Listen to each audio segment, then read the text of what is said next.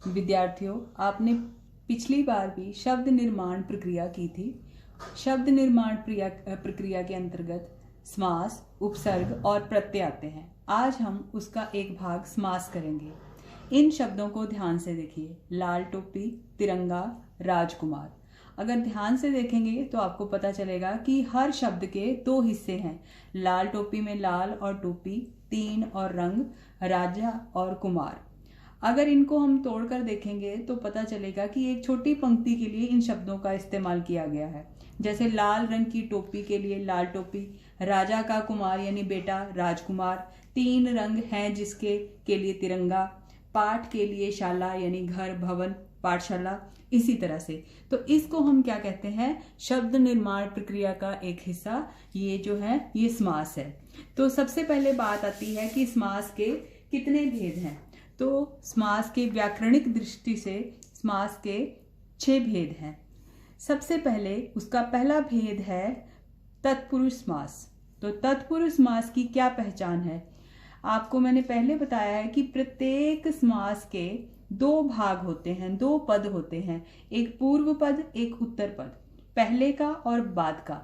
तो सबसे पहले तत्पुरुष समास की क्या पहचान है कि इसके जब समस्त पद को विग्रह किया जाता है, अलग किया जाता है, तो विग्रह करने पर हमें कारक चिन्ह लगाने पड़ते हैं। कारक चिन्ह आपको पता ही है, कर्ता ने कर्म को करण से संप्रदान के लिए, अपादान से जुदाई, अधिकरण में पर, संबंध काके की रारेरी। तो जैसे अब स्नान के लिए घर या गृह, रोग से मुक्त, राजा का कुमार। तो ये जो के लिए से का है ये क्या है, ये कारक चिन्ह है। इसी तरह से पथ भ्रष्ट, पथ से भ्रष्ट, सिर दर्द, सिर में दर्द।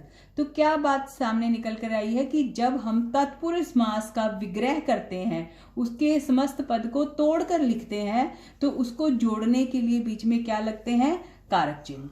तो जब भी किसी समास को विग्रह करते समय का, के, की, में, से, पर इस तरह के शब्द लगते हैं तो वो होता है तत्पुरुष समास। इसका अगला हिस्सा है कर्मधारय समास। कर्मधारय समास में भी उसी तरह से समस्त पद के 2 भाग होते हैं, एक पहला और एक बाद का। इसमें जो पीछे का भाग होता है, जैसे मिर्च, गाय, ये क्या है, ये नाउन है, संज्ञा है। संज्ञा की विशेषता क्या बताती है, काली है वो। मिर्च की विशेषता है कि वो काली है, काली मतलब रंग। तो यहाँ पर क्या है कि कर्मधारय समास का जो प्रथम पद होता है, जो पहला भाग होता है, वो क्या होता है, गुणवाचक विशेषण होता है। मिर्च, मिर्च की क्या विशेषता कि वो काले रंग की है। गुणवाचक विशेषण की क्या परिभाषा होती है, जिससे किसी वस्तु के रंग, रूप, आकार, प्रकार का पता लगता है, वो क्या होता है, गुणवाचक विशेषण। तो मिर्च का क्या रंग है, काला। गाय का क्या रंग है, नीला। आत्मा कैसी है, महान। तो रंग, रूप, आकार, प्रकार।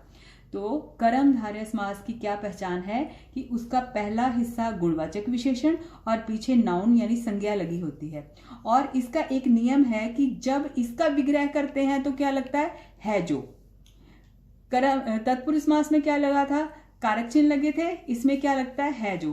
तो अब इसका जब विग्रह करते हैं तो क्या आता है, काली है जो मिर्च, नीली है जो गाय, महान है जो आत्मा, पीतांबर, पीत मतलब पीला, अंबर मतलब वस्त्र, पीला है जो अंबर।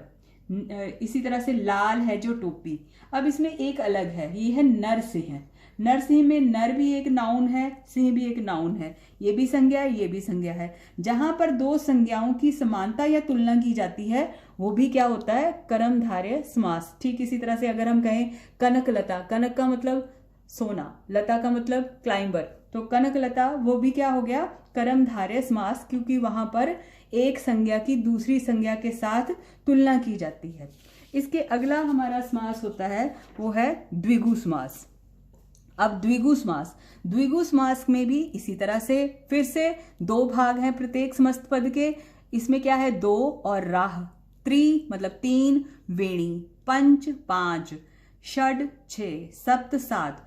तो अब क्या हमने देखा कि इसका जो प्रथम भाग है, पहला हिस्सा जो है वो क्या है, एक संख्या है, संख्यावाचक विशेषण है। ये फिर से पीछे संज्ञा है, नाउन है, ठीक है। दो राह में राह रास्ता नाउन है, वेणी नदी नदी नाउन है, वटी वटी में वट वृक्ष जो होते हैं वो नाउन है, पंजाब में आब पानी नाउन है। तो ये सारे संज्ञाएं हैं और संज्ञाओं की विशेषता क्या बता रही है? संज्ञा। तो जहां पर संज्ञा की विशेषता उसकी संख्या के द्वारा बताई जाती है वो संख्यावाचक विशेषण होता है। तो इसमें द्विगु समास की क्या पहचान है कि इसका जो प्रथम पद होता है वो क्या होता है? संख्यावाचक विशेषण। इसी तरह से दो राह, अगर यहाँ पर तिरंगा हो, चतुर्भुज हो, पंजाब है, षड्रस है, सप्त सिंधु, 7 सिंधुओं का समाहार, इसी तरह से। अब इसके विग्रह की बात आती है कि इसका विग्रह करते समय, इसको अलग करते समय क्या लगता है? तो इसको अलग करते समय शब्द लगते हैं समूह या समाहार। समूह का मतलब होता है कलेक्टिव, समाहार का मतलब इकट्ठा हो जाना। तो इसी तरह से दो राहों का समाहार, त्रिवेणी में त्रि मतलब 3, तीन वेणियों का समाहार, पंचवटी में 5 वटियों का समूह या समाहार। तो अब इसकी क्या पहचान है कि इसका प्रथम पद जो है वो क्या है? संख्यावाचक विशेषण। किसका विशेषण होता है? नाउन का। तो पहला हमने किया तत्पुरुष समास, जिसका विग्रह करते समय, पहला विग्रह करते समय लगते हैं कारक चिन्ह। उसके बाद हमने क्या किया? उसके बाद है कर्मधारय समास, जिसका पहला पद क्या है? गुणवाचक विशेषण। उसके बाद है द्विगु समास, द्विगु समास का पहला पद क्या है? संख्यावाचक विशेषण। तो ये इसके 3 भेद हैं। आप अपनी कॉपी में इसी तरह से 3 हिस्से बना लीजिए। इस चार्ट को इसी तरह से आप अपनी कॉपी में भी बनाइए। कल हम करेंगे अगले 3 भेद जो कि हैं द्वंद्व, द्वंद्व के बाद अव्ययी भाव समास और बहुव्रीहि समास। तो वो हम कल करेंगे। आज आप यहाँ तक इसको समझिए। धन्यवाद।